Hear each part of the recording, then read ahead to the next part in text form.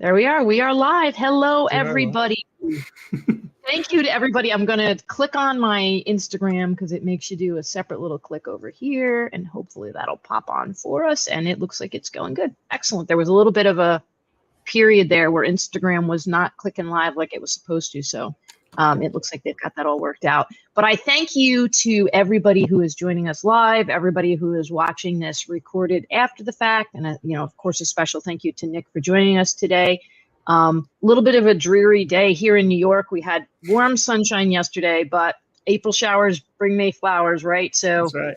I'm not necessarily feeling dreary about it. I'm just enjoying knowing that it's going to lead to big, bright flowers coming soon. So thank you, Nick, for joining us. And I'm excited to chat today. Absolutely, me as well. And I'm hopeful that you guys have some nice weather coming. We just got past our shoddy weather out here in the Bay, so today was the first kind of warm day. It's pretty nice. So, and congratulations, by the way, on your new milestone for YouTube followers. I saw. Thank you. Yeah, thank you. I appreciate that. Well, and hopefully a bunch of them are gonna get to benefit from this conversation and hear words of wisdom from Nick. So why don't you tell everybody about who you are and what you do? Sure. I'm Nick Camilleri.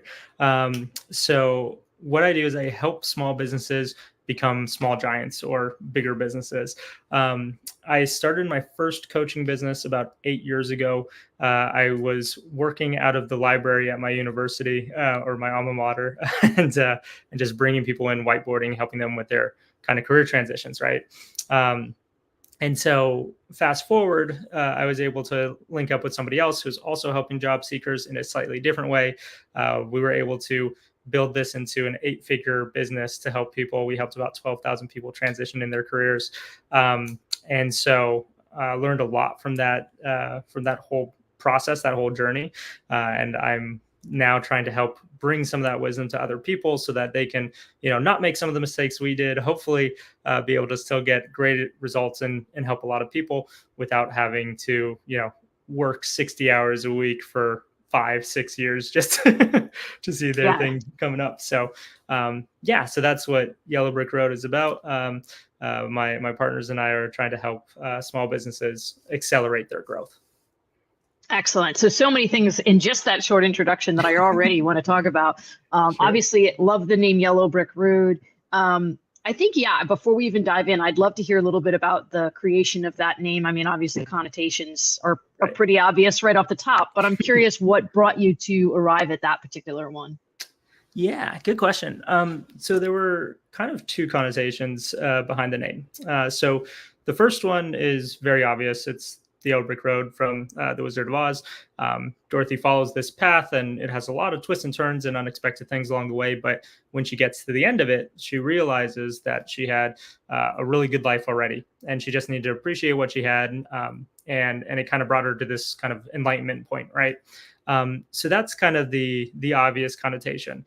But there's a second side to it as well that I think really speaks to me as well, which is Elton John's Goodbye Yellow Brick Road, which is kind of about leaving the past behind you, not that kind of grinding mentality for other people, and going to a simpler life that really allows you to be fulfilled. And so to me, I've gone on a journey where I've had the great fortune of working with a lot of amazing people and a lot of amazing companies. And it kind of hit a head for me a few months ago. And I was talking to my girlfriend. I was like, the company I'm at has an incredible culture. It has an incredible product. It's helping so many people, but I still have this like voice in the back of my head saying like, I want to do more, I want to build for myself. I want to help others in a very specific way. And so that was kind of goodbye Yellow Brick Road, so I had to go off on my own. So both of these kind of came into play here, and we hope that we can build a path for people that, although a lot of unexpected twists and turns will ultimately help people succeed and see that they already have everything that they need at the end of the road. So that's where it came from. No, I like it. I like your psychological analysis and literary analysis of The Wizard of Oz also, and the Yellow Brick Road and all that it represents.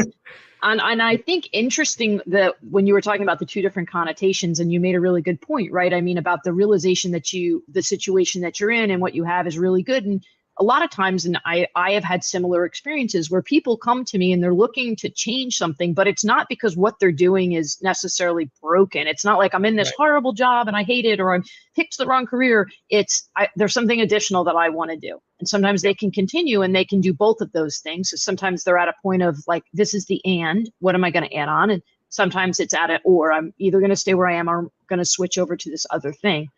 Right. And in that, you talked about meeting people in the library. I love this. Meeting people in the library with a whiteboard, because in a generation now where we've grown up with a lot of these incredible tools used for project management and planning and mapping and decision making.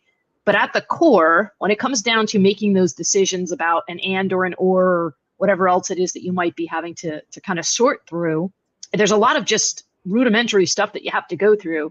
And right back to basics, right? Library and whiteboard. You're like not in front of a laptop. It's not, you're going to pull up this test that the person's going to take to assess their readiness for change. But it's like, let's take a look at these different pieces. So maybe just because I'd love to go through that process too. I come to you and I'm like, hey, I want to do something different here. Let's say I want to change my career. What did that look like on a whiteboard?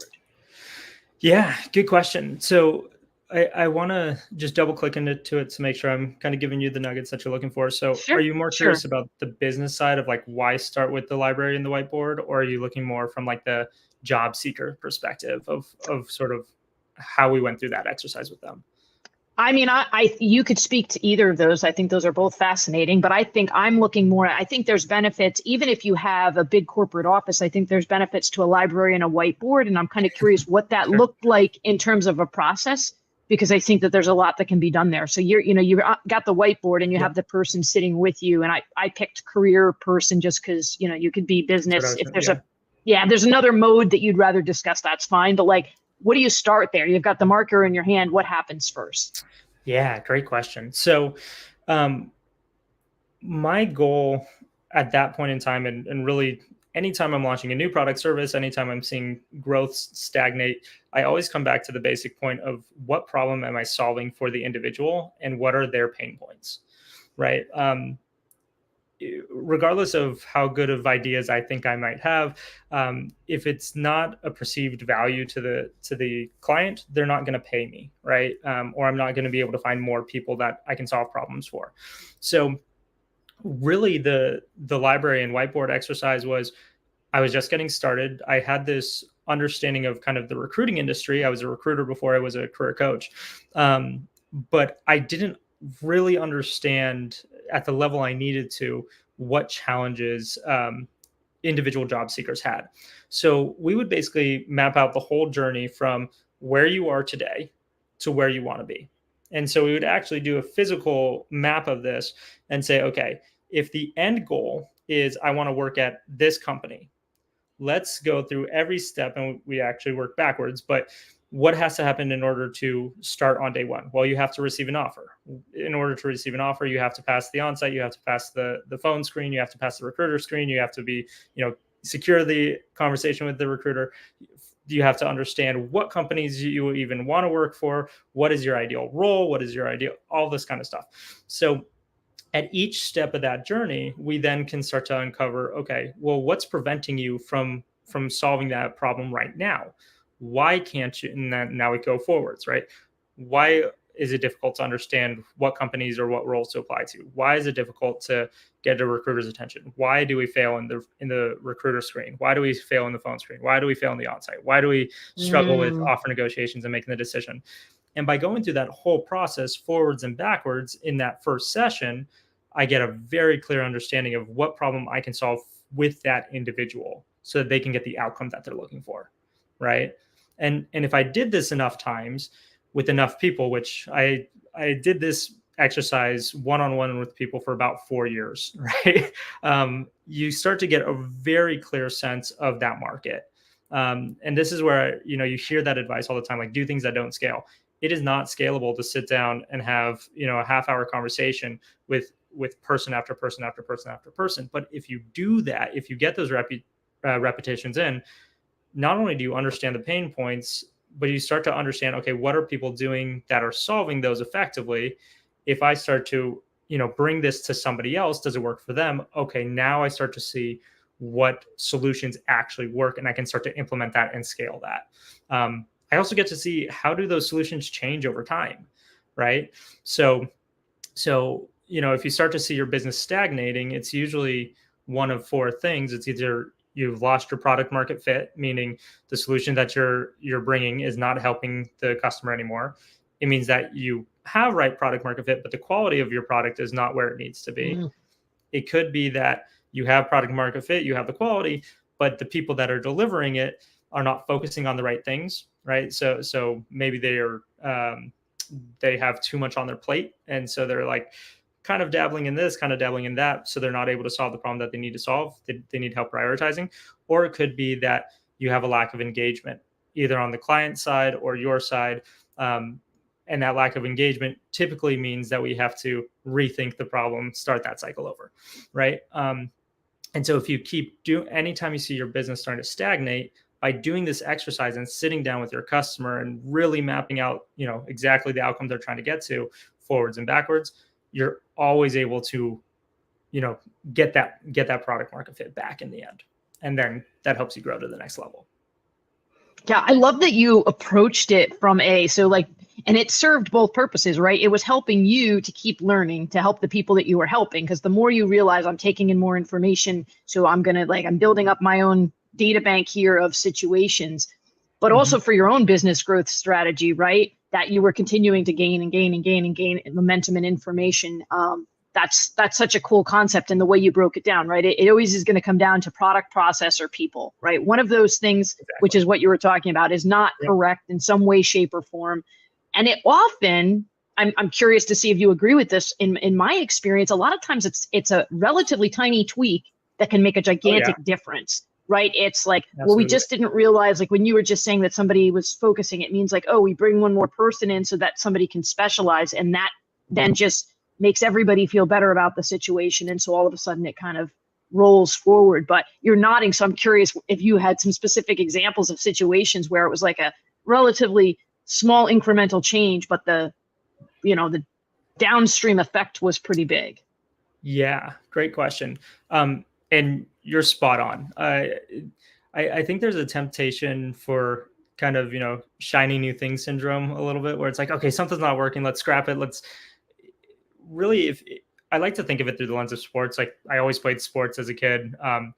And one thing that if for whatever reason, like Coach Carter, that movie's coming up, or Remember the Titans, like it always comes back down to the fundamentals. Right. And if you come back to the basics, you can start to see that, maybe if your shot's a little off, your elbow's out, like you're going to push the shot, off. So you just little tweak and it comes in. Right. And the same thing is true with business from what I've seen. Right. So let's give an example of this. So when I was working with Interview Kickstart, right, my career coaching company, or the company that absorbed my career coaching company, rather, in the early days, I used to see that, or I used to try to teach a class for every single one of these stages. Okay. And this was a 10-class curriculum. But I started to see that people were dropping off on the end, and I was going, okay, this doesn't make sense, because before people were going through all 10 and I was getting a lot of praise for all 10. And now we're scaling, we're getting bigger, but we're not seeing that people are sticking around to the 8th, 9th, 10th class, right? Or at least the attendance is lower, right? So at that point, I started to realize, okay, the market is shifting, right? We're serving more people. Instead of having, 8 people in a classroom or 20 people in a classroom, now we have 50 people in the classroom. So the needs are changing. So instead of having 10 classes, I rearranged the curriculum, cut a lot of it out, not drastically, like all the same key concepts were there, but I put it into a 4-week curriculum, right? And so while still keeping the same principles, I just made a small tweak on how I was delivering it. And all of a sudden, within a quarter, it was now the top rated class that we were offering, right? Or a segment of our program. So it was just trying to listen to the audience and look at the data and say, okay, I didn't need to scrap everything. They were still lessons that I knew people wanted to know, but I was able to see, okay, at this scale, at this point in time, these are the 4 main steps rather than the 10 steps. And if I could really, dig into each of those 4 areas, it would be a lot more valuable to the people. So it was a minor tweak, and we still had, again, like the majority of the content from the 10, but it was just repackaged in a slightly different way so that people would, so it was more digestible, I guess, for a larger scale audience. Yeah, and then there's so many things you could have done at that moment, which I think sometimes we tend to do, is if something stops working or isn't working in the same way that it was working previously, we want to change a whole bunch of things at once, or we want to just abandon the direction altogether because we think, okay, this is no longer of interest. So we have to resist that temptation, that fear that comes in, and we have to kind of do it slowly. And I find that that's both, for me, I've seen that with both corporate clients, and I've seen that a lot of times, like when people will come to me with career coaching, same thing. Somebody comes in, they're unhappy, and they're kind of ready to say, I need to switch careers, or I need to do, I need to start my own business, right? These big things. And sometimes I'm like, that's great, let's talk about it. But often it's like, if you ask a couple questions, like, well, what is it that's upsetting you? I'm going to use an example that I've never gotten, but somebody might say something like, well, I don't like having to get up early in the morning. And I'm like, okay, but that's not a career thing. That's a time thing. Like, there's not, there may be some other careers that are going to be a better fit, but if that's the only thing that's a problem to you, like, let's discuss other potential ways that we could work through this. Like, what are the other underlying factors that are making that a problem? Is there any flexibility at the company you're working at, and those types of things? But again, I think when we feel that dissatisfaction, and particularly right now where we're in a really very fast-paced change society, where it's like you can relatively quickly in some situations do a pivot. So people are like, well, I got to do that quick pivot. So it helps to slow things down. And it's interesting too, like, I'm wondering if you found too, that as a coach, like, people will come to you and their goal is like, let's speed things up. But sometimes what I actually have to do is slow things down. Right. Like, they're like, okay, I came to you because I really needed to make this happen fast. And I'm like, well, let's just take a step back. And that's where a whiteboard comes in handy, right? You're not taking in a whole bunch of information. You're just looking at the data component of it, and dissecting that. And honestly, I think for me as a consultant and a coach, and I think also for the recipient, the person or people that we're helping, you see that it starts to overlap into your personal life. Like, it's outside of your business goals or your career goals, because you see the way that you take in information and make decisions, whether it's responding to a comment that somebody says to you, or expectations you have from somebody that aren't realistic for the situation. So I think that it's fascinating how you can make a tiny little tweak in your business, and then you realize that, and it starts to ripple out into other areas of your life. Yeah, no, I completely agree. And there's 2 things that you kind of alluded to here that I think are incredibly valuable. The first one is like really understanding the root cause of the problem. So you'd mentioned like the person, doesn't like their whole job because they don't like to get up in the morning and they have early hours, right? Well, let's really understand the root cause of why we're struggling with that. Is it, I don't like getting up in the morning because I'm dreading my whole day, or is it, I'm just not a morning person, and this role requires me to start my day at 6 o'clock in the morning, right? And if we can get really clear on what the cause of that, disdain for early mornings is, then we can make the right adjustments. And to your point, very small adjustments can lead to a world of difference. And I actually look at this. This is something that like we're debating over already at Yellow Brick Road, is that we're a business accelerator, right? But in order to accelerate, we have to slow down first. And we do live in this generation, or this time where like we have instant access to everything. Like, that's not a secret. But I think there's a lot of lessons and a lot of beauty in allowing ourselves to slow down for a second in order to then go faster. And when you have it right, because it does click. And those business results will come when the customer's lives feel better, when you feel lighter, right? Like, that'll be a precursor. If you're feeling resistance, if you're seeing resistance from the customers, it's only a matter of time until you start to see that growth decline. But if everybody's feeling good, well, you're in the right direction. It's coming soon. So I think those are brilliant points that you're making there. Yeah, so I'm curious too, because I feel that like as I as I work now, so I was a teacher for 13 years. I definitely see the teacher in me and everything I do. Like that doesn't go away. But also as I look back in my life, even things that happened as a child where I realized a specific propensity I had for doing things a certain way, or the way that I approach things that I see, I'm now like, oh, that's why I did that, because it has to do with the way that I strategize things and the way that I sort things through. Is it something that, like, now that you realize you're really good at this, you can look back at behaviors or characteristics from when you were younger and you can see the connection between what you're doing now? Yeah, that's a great question. Yes, for sure. I think so. There are a few things that stick out. So I came from a long line of educators as well. So my grandmother was an educator. One of my like, I shouldn't. I have a lot of really awesome relatives, but I had a lot of them that were in the education. Lots of cousins in the education field, in different ways. My girlfriend's in the education field. So I've always been attracted and surrounded by people that are trying to help others understand things more effectively. Right. So I was always a very curious kid, just being around all these people that, had this depth and wealth of knowledge about specific areas and could like see the world through this lens. So I think that just framing gave me a worldview. Also was Jesuit educated, so their motto is educating hearts and minds to serve the world. So I'm always looking to educate myself and educate others. So, so I think that was there. I was also a team sport guy.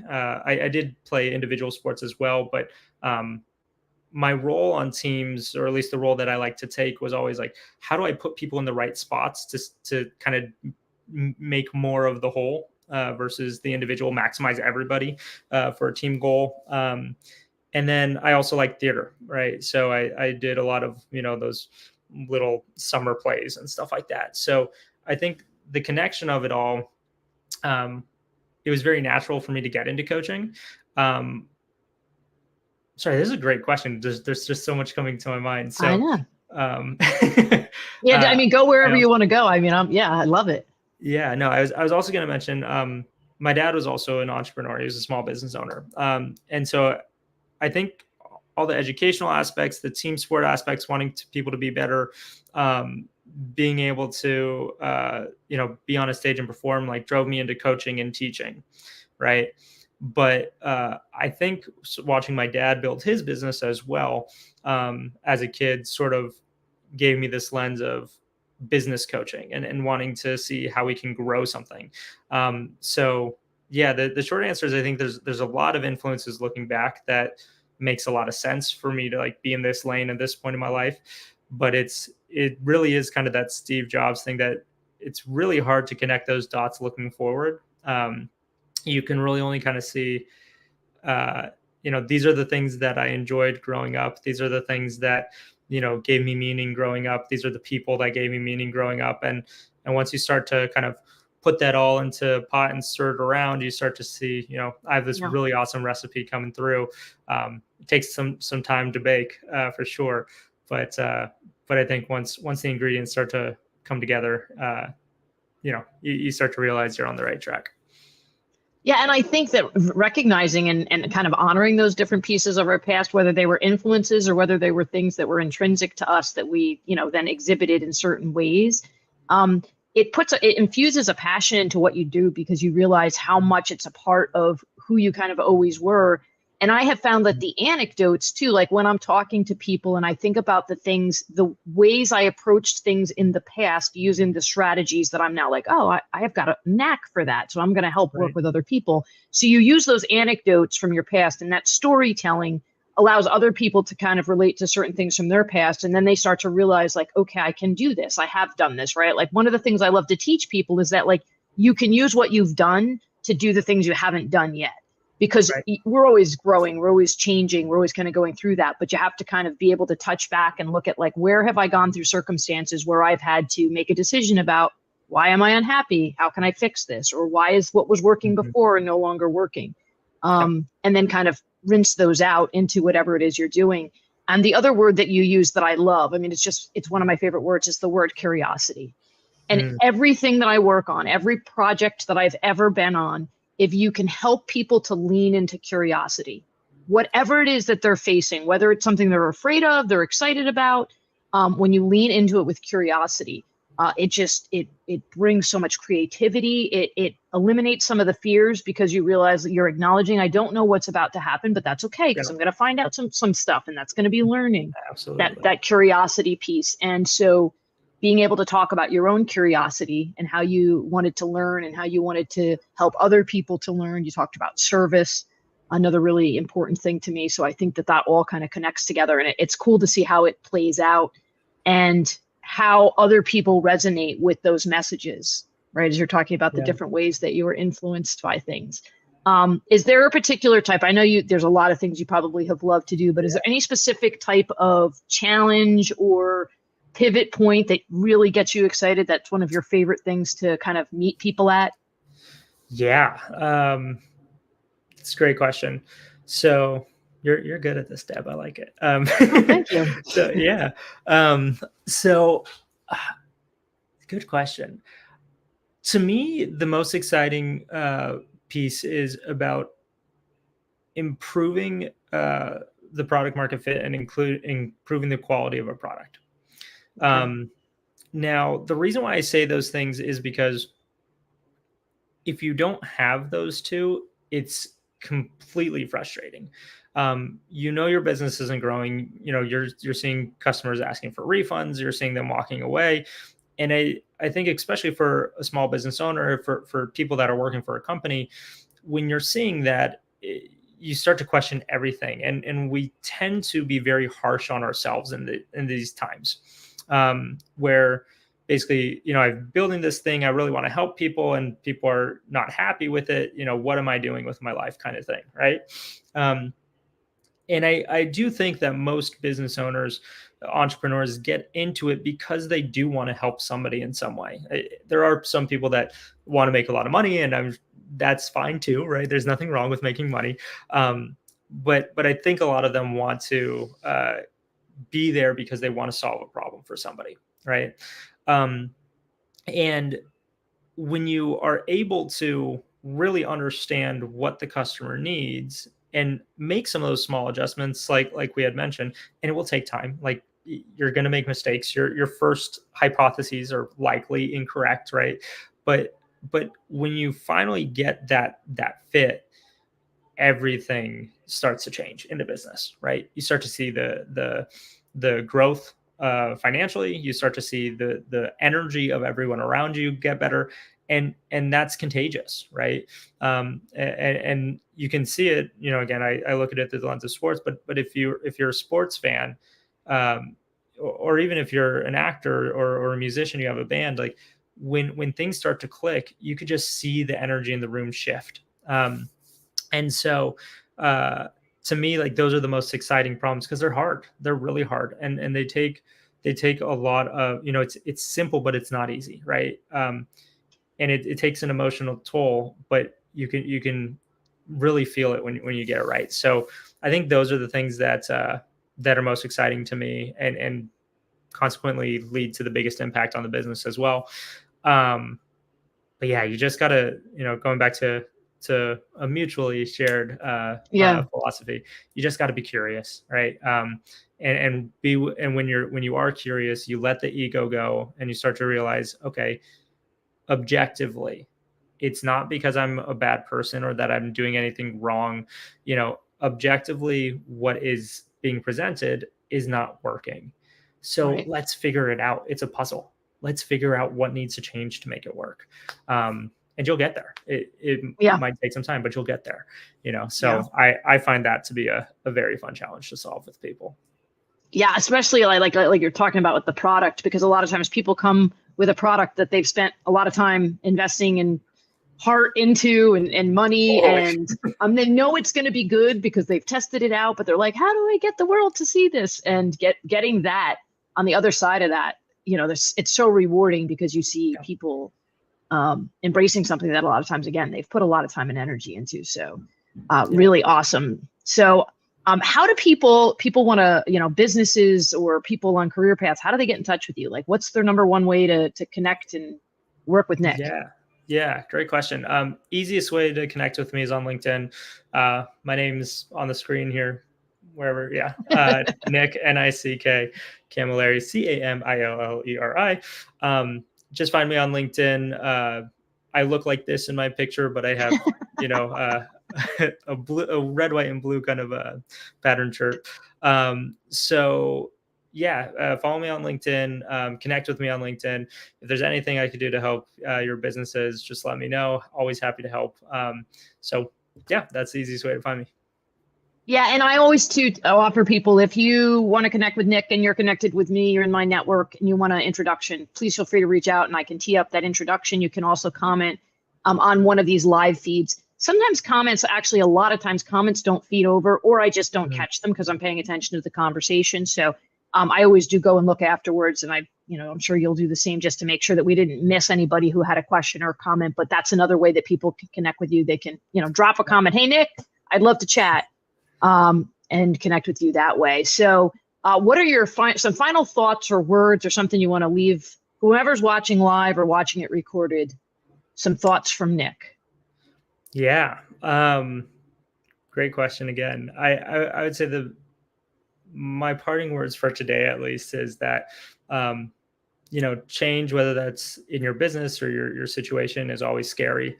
And I think a lot of us will hold ourselves back. I did this for years for myself as well. So I'm with you. Change is scary. And what I've found, at least, is that, while the road is not always smooth or easy, like a very obvious path to follow, the best things in life are always on the other side of that fear. And so, if I could help you get through that fear, I'm happy to help you. But, just feel okay. Give yourself that permission to say, I'm nervous about this. I'm scared about this. I'm going to do it anyway. That's how Deb got me onto this live today. So, and I had a great time. So yeah. So always do the hard thing, even if you're scared. It'll work out in the end. I love that you shared that example too, because by example, that's what we do, right? I mean, as coaches, as consultants, as human beings, the person we're talking to next to us in the store, we live by example. We show that we can step into those things. And I thought, what a great conversation. I mean, I could go on for hours. I try to keep these. They always go longer than I expect them to go.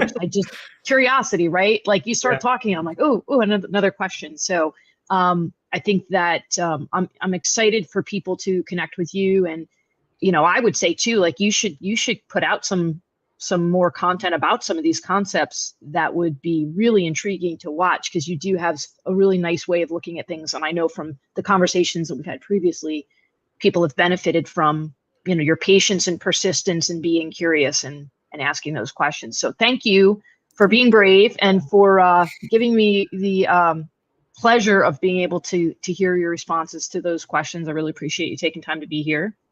Absolutely. Thank you as well. And no, I appreciate all the kind words. And honestly, you've been a great guide to, get me out of my shell a little bit and inspiring me to do content and really helping me understand the tools around that can help me do that. So no, I appreciate it, Deb. I'm happy to do this anytime. And we should do it again soon. Yeah, absolutely. And thank you for everybody who joined us live, for everybody who's watching it recorded. We appreciate you. Hope that you took something that we said and are going to be able to apply it. And otherwise, have a great day, everybody. Yeah.